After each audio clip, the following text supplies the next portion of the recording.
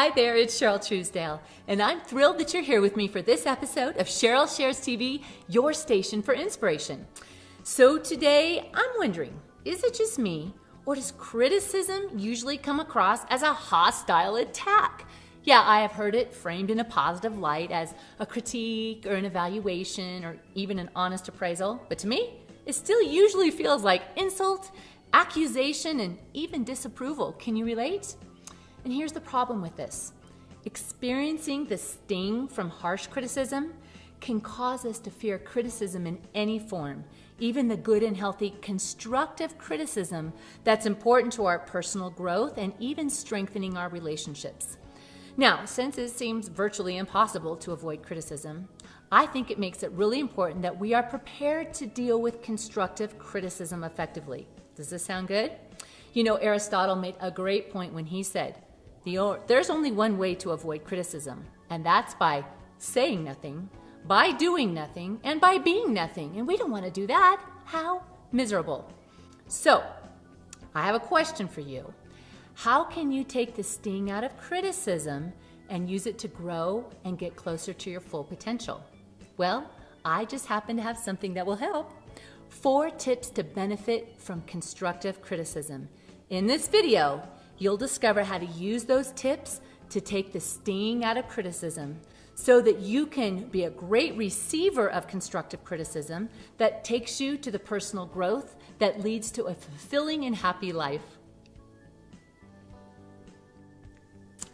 Well, working in media for over 18 years, you can probably imagine that I've had my fair share of public criticism.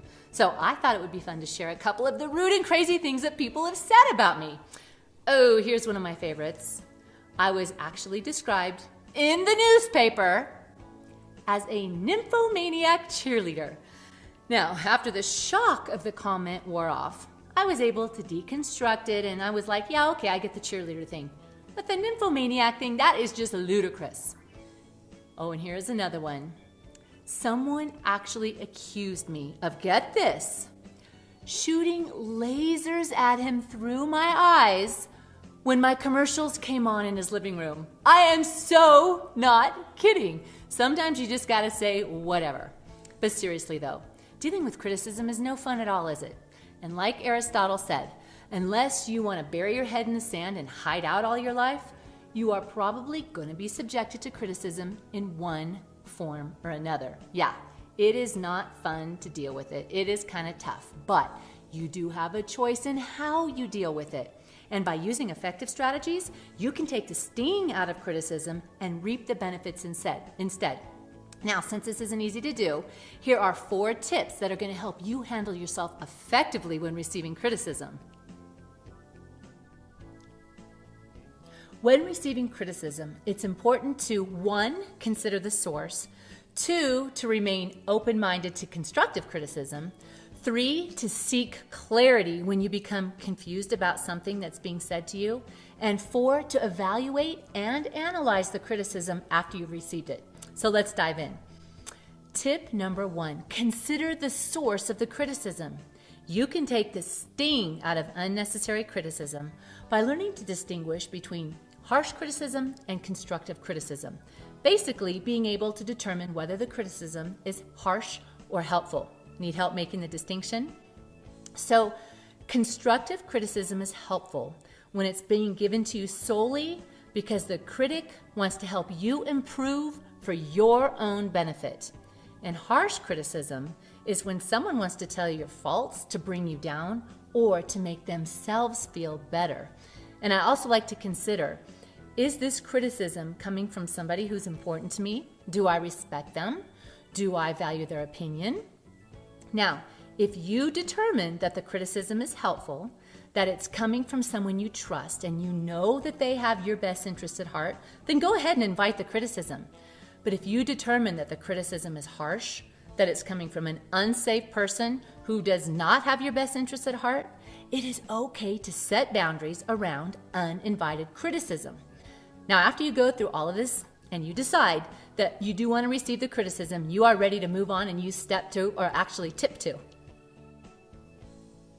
Tip number 2, remain open-minded. Listen, it can be second nature to just mentally shut down when someone starts telling us our flaws, right? But it's really important to remain open-minded and continue to listen, because this way we can find out spots of weakness within us, and this can help us to even improve in those areas. So by remaining open-minded, you are allowing someone to tell you something that you may just simply be blind to. And this was so true for me in so many cases. So I would be experiencing something frustrating in my life, and I couldn't figure out why the heck it kept being frustrating. But as soon as I allowed myself to be open to constructive criticism from someone and see that they could see something I couldn't see, like my weak spots, I was able to go, oh yeah, okay, great, there's a weak spot. Now I go and improve it. Boom, frustration gone. How empowering is that?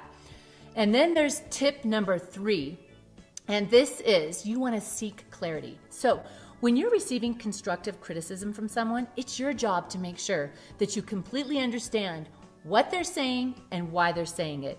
So when in doubt, seek clarity by asking questions. And what I like to do is this. I like to summarize back to them what I've heard them saying, and then ask clarifying questions to make sure I'm understanding properly. And you know what? Doing this is a great way to keep from becoming defensive. It's easy to become defensive, right? When we are hearing our flaws, being criticized, even if it's constructive. But what happens is you get empowered, because when you're seeking clarity, you're taking anything that confuses you and asking them to explain it back to you.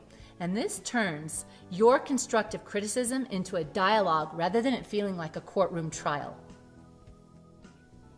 Tip number 4, evaluate and analyze the criticism you receive. So be sure that you evaluate the criticism slowly. Just as you shouldn't immediately reject criticism, you shouldn't automatically accept it either. And a great way to practice evaluating the criticism slowly is by chewing on it for a day or maybe more. And you also want to analyze any criticism you receive. This aspect is crucial for benefiting from constructive criticism. By analyzing the criticism, you're able to determine the action steps that you can take to grow and improve. And a great way to analyze is just to ask yourself some basic questions. Does the criticism seem true to you? Was there something maybe deep down inside that you kind of already knew was a weakness? And have other people maybe pointed it out to you before? Because when you analyze the criticism, you're able to keep what's applicable and just filter out the rest. So there you have it, 4 tips to benefit from constructive criticism.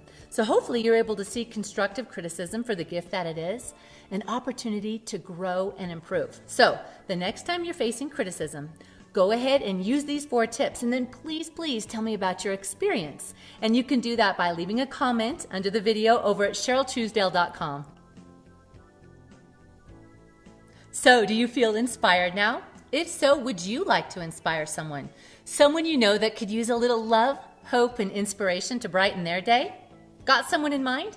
Then all you need to do to make a difference in their life right now is simply share this video with them.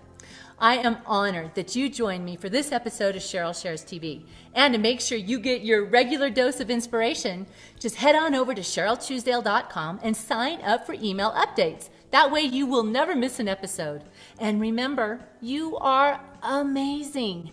You do matter, and you most certainly do deserve to live a happy life that you love. I'll see you soon, my friend. Bye.